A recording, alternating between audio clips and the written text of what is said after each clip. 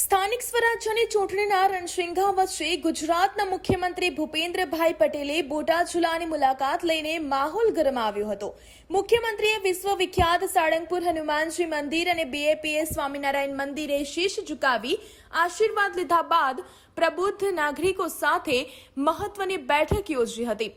બોટાદ પહોંચતા જ ભવ્ય બાઇક રેલી દ્વારા તેમનું સ્વાગત કરવામાં આવ્યું હતું, જેમાં ખુદ મુખ્યમંત્રીએ કારમાંથી નીચે ઉતરી કાર્યકરોનો ઉત્સાહ વધાર્યો હતો।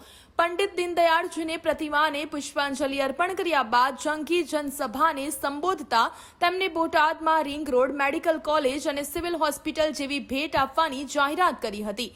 પ્રભારી મંત્રી રીવાબા જાડેજા, કેન્દ્રીય મંત્રી નીમુબેન બાંભણિયા અને ગઢડાના ધારાસભ્ય શંભુનાથ ટુંડિયા સહિતના દિગ્ગજ નેતાઓની ઉપસ્થિતિમાં મુખ્યમંત્રીએ 26 એપ્રિલે અચૂક મતદાન કરવા અપીલ કરી હતી।